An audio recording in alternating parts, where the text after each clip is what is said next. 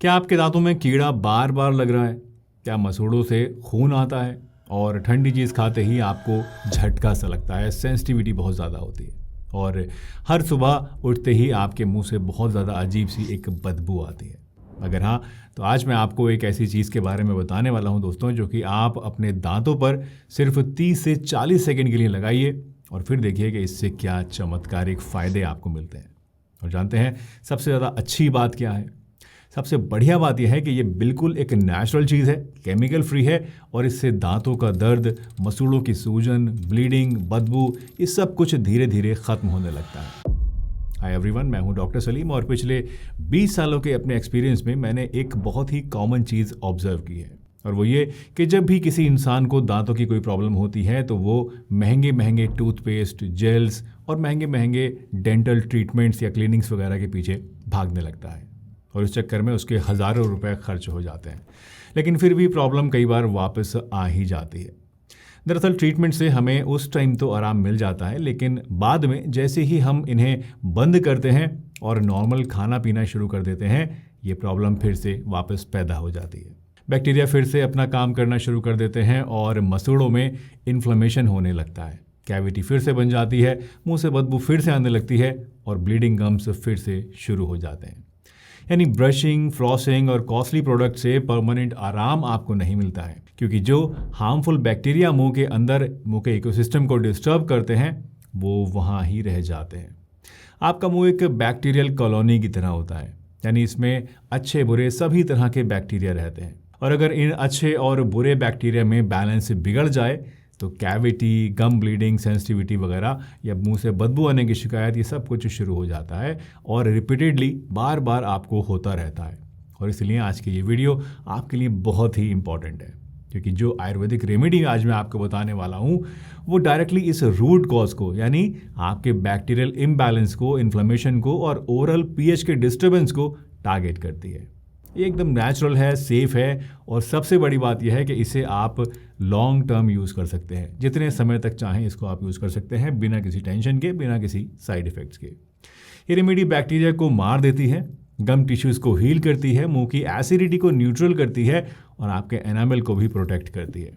और जानते हैं सबसे ख़ास बात यह है कि ये सिर्फ पुराने ज़माने का कोई टोटका नहीं है, कोई दादी नानी का नुस्खा नहीं है, बल्कि एक साइंटिफिकली प्रूवन रेमेडी है जिस पर कई सारी रिसर्चेस भी हो चुकी हैं, जिनके बारे में मैं आपको आगे बताऊंगा।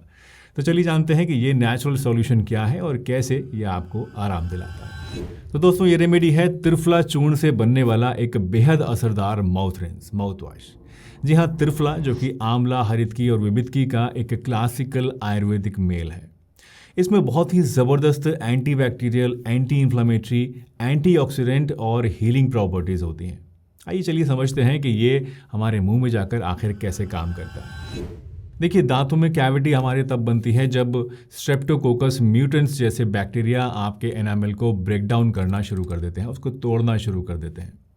जब भी आप कुछ मीठा खाते हैं तो ये जो बैक्टीरिया है ये शुगर को एसिड के अंदर कन्वर्ट कर देते हैं और यही एसिड हमारे एनामल को डिसॉल्व करता है और इसे ही हम दोस्तों कीड़ा लगना कह देते हैं। जी हाँ, कीड़े का मतलब कोई सचमुच का कीड़ा, कोई जिंदा कीड़ा नहीं होता है, बल्कि ये कैविटीज़ ही होती हैं जिन्हें आम भाषा में हम कीड़ा कह देते हैं। इसी तरह मसूड़ों की सूजन और ब्लीडिंग भी एक और दूसरे हार्मफुल बैक्टीरिया की वजह से होती हैं।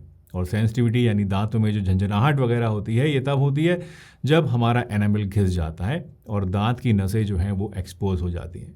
यानी प्रॉब्लम है बैक्टीरिया, इन्फ्लेमेशन, एसिड फॉर्मेशन और गम डैमेज। और जब तक हम इनको टारगेट नहीं करेंगे हमें परमानेंट राहत नहीं मिलेगी। त्रिफला स्ट्रेप्टोकोकस म्यूटेंट्स और दूसरे हार्मफुल बैक्टीरिया की ग्रोथ को रोक देता है, जिससे प्लैक कम होता है, कैविटीज रुक जाती हैं और बैड ब्रेथ यानी सांस की बदबू में हमें सुधार मिलता है।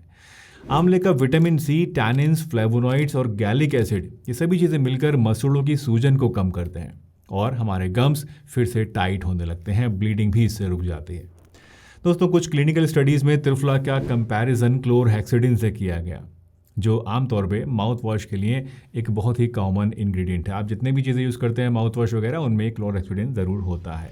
जब ये स्टडीज़ की गई और उसके रिजल्ट्स को देखा गया तो दोस्तों सब लोग शॉक्ड रह गए, क्योंकि रिसर्च में ये पता चला कि त्रिफला आपको ऑलमोस्ट वही रिजल्ट्स देता है जो कि क्लोरहेक्सिडिन देता है, but without teeth staining, without taste change without any burning sensation और एनी केमिकल इरिटेशन। और इसीलिए ये लॉन्ग टर्म यूज़ के लिए एकदम परफेक्ट चीज़ है। और अब साइंस से भी ये मान लिया है कि त्रिफला का ये जो माउथ रिंस है ये आपके दांतों की सेहत के लिए बहुत ही ज़्यादा इफ़ेक्टिव चीज़ है। इसके एंटीऑक्सीडेंट्स और हीलिंग कंपाउंड्स टिश्यू रिजेनरेशन को तेज़ कर देते हैं। ये हमारे मुंह को हल्का सा अल्कलाइन बनाता है, जिससे कि cavity causing acid forming bacteria survive ही नहीं कर पाते हैं। और इसमें ना कोई अल्कोहल होता है और ना ही कोई सिंथेटिक केमिकल।